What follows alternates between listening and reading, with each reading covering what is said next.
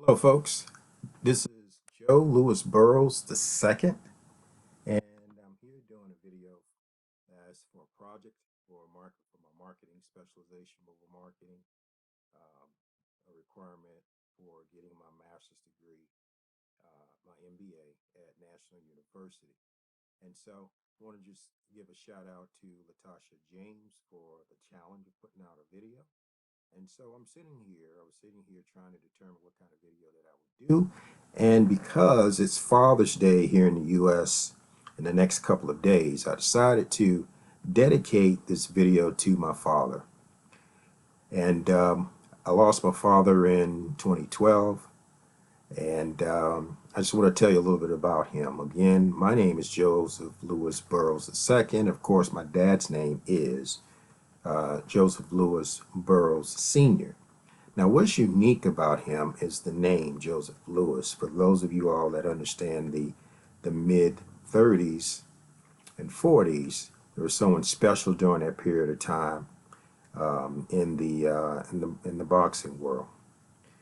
And what you need to know about my dad, as I explained this, he's the sibling of three brothers. He's the youngest of three, and he's the son of Marie and Sam Burrows from Effingham County, Georgia. And dad was his childbirth, Marie, it was a difficult childbirth with my dad for whatever reason. I want to say it was almost life threatening. And so Sam Burrows, he said this guy had to come out fighting. He came out fighting the entire way. And as a result, Sam Burrows named him Joseph Louis. And of course, he took his last name, Burrows. Now, why is that significant? Well, my dad was born in September 27th, 1937. In 1937, the boxing heavyweight champion of the world was none other than Joseph Louis, Joe Louis. And he was affectionately known as the Brown Bomber. So periodically, I have taken that on when I do my audio interviews and along with my radio show that I do, audio, that I do on Fridays on the Amazing Men of Power Network, which is on generally on Fridays around 10:30 a.m. Pacific Standard Time. I've taken on the call sign of the Brown Bomber of conversion. So that's where that actually comes from. Now, today, I just want to say a few things about him, not necessarily about me. One thing I have to tell you is my dad is a brilliant man. He was a musician that played through college. That's how he got through college. He was he was in an architectural drawing, literally self-taught. He knew how to draw, beautiful penmanship and manuscript. He had attention to detail that was extraordinary. Something I try to pattern, but I can't even come close to his level of detail and his eye. His seeing eye and his ability just to pick out those details and be precise in the things that he does. He was also a photographer.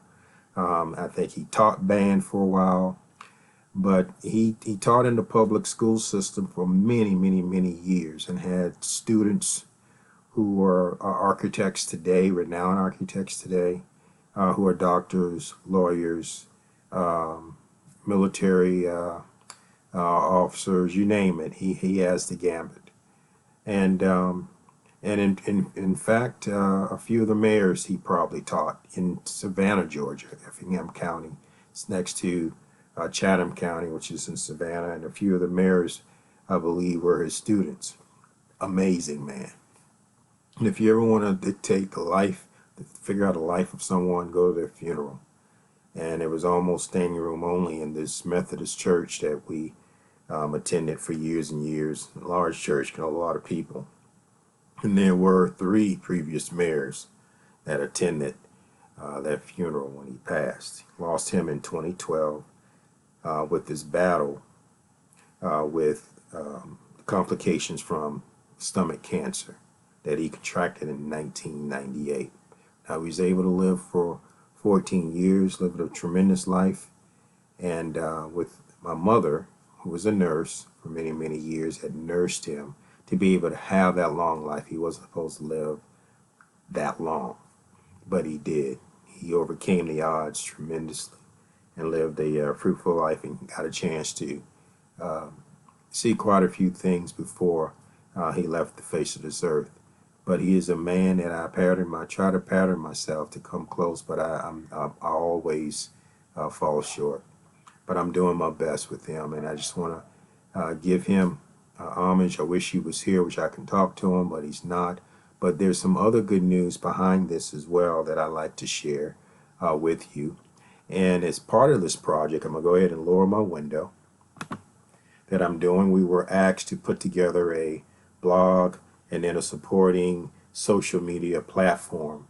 So we had to put a fictitious organization into play. And this organization I put into play is called the People First Cancer Research Foundation. That provides accessible, affordable, effective healing for generations. Now, this is patterned after an actual organization called the weareorally.org. It's the Orally Smith Cancer Research Foundation, headed by Dr. Haditha Nicole Green. She is a physicist that works out of Atlanta, Georgia, who has discovered a way to literally cure and destroy cancer cells without destroying the person.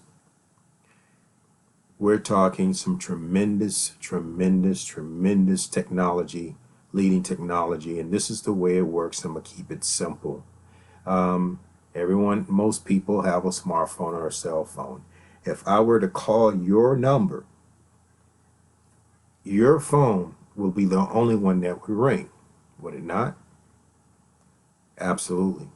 Well, if we can have a satellite that can actually look at a coin and tell whether it's heads or tail from, thousands of miles up above the earth, and if only your cell phone would ring if that number was called, why could we not apply that same technology to destroying cancer cells that causes the cancer? Great question. Well, Tony Robbins once said that the quality of questions you ask yourself will change the quality of your life. And she's changing lives right now. And I want to show you something that's remarkable. This is her website. And what you're seeing is she's already proven it in lab rats. If you see here, starting with treatment before, this is a malignant cancer cell. And after laser treatment,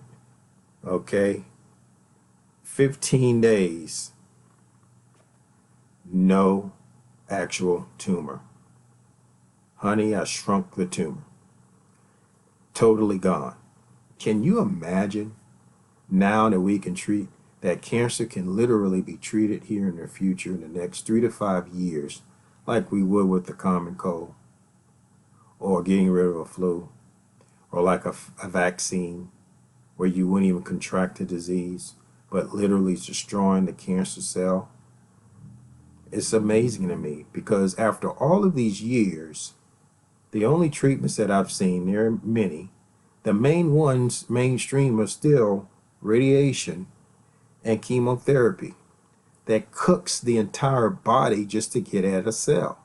In other words, it has to destroy, using those therapies today, literally have to destroy your entire body just to get to a cancer cell, and that's supposed to be mainstream after all of these years.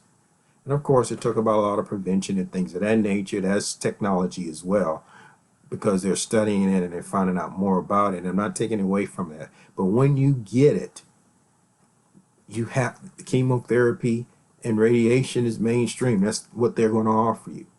We're here now. We all have the opportunity to make history.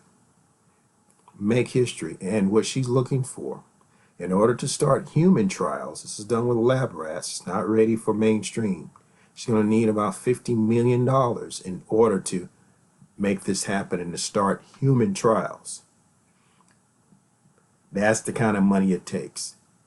But we can do it. If everyone looking at this video could give $1, we can get there. If you've ever watched a video that was viral, that had 20 million people before you clicked on it to view it, or 5 million or 10 million or 100,000, it doesn't matter. If each one were able to give $1, we would be there quickly, and we wouldn't need large corporations to make this happen. You yourself can make this happen, and we can change history for ourselves and the generations to come. And by the way, you can see this happen in your lifetime.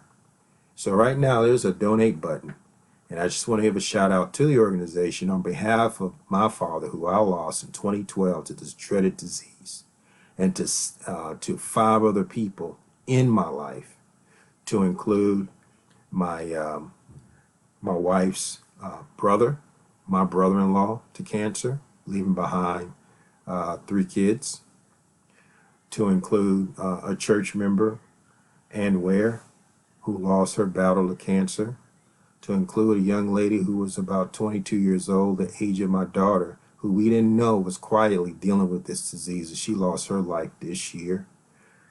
Also to Gail, which is the ex-wife of my my wife's brother, lost the battle of cancer. And there are many, many others that are out there that I may not be naming right now, that are close to me, that have been touched and have lost their lives. This can be something we never ever have to worry about again, just by giving one simple dollar. And we can be in human trials. And this treatment is day treatment. It will be accessible to everyone. It will be affordable for everyone to be able to have if you ever have to deal with this disease. We're talking a true cure. Hence the reason that I renamed it on my blog, which is a fictitious company again, called the People First Cancer Research Foundation. We're looking to make sure the money goes to the people first for their healing and for their treatment. So with that being said, listen, make sure you reach, if your father is alive today, make sure you reach out to him, hug him, reconcile, whatever you need to do. This is the time to really accomplish that and get it done, because you only have one dad and you only have one moment with him. That moment is your life. And so I would just take that, put things behind you, and to make sure you tell him you love him, regardless of what has happened. And so with that being said, hey, listen, guys, Latasha James, this is for you. Thanks for motivating me to do this video, and we'll see you at the top. Bye.